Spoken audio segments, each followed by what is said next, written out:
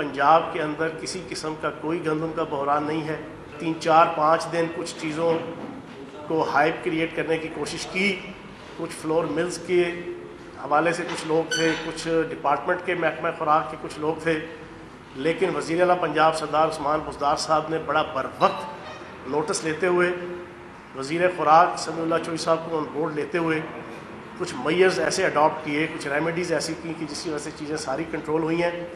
पिछले 1.5 साल से सरदार उस्मान बुज़दार साहब के ऊपर क्रिटिसिज्म किया जाता है उनकी कमगोई की वजह से कि वो बहुत ज़्यादा बोलने के आदी नहीं हैं।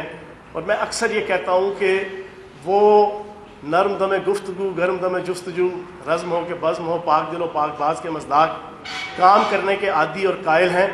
बोलने के, दावे करने के, भड़कने के, भुदकने के जो पहले रवायात होती थी कैमरास के सामने, वो इन चीज़ों के कायल नहीं हैं।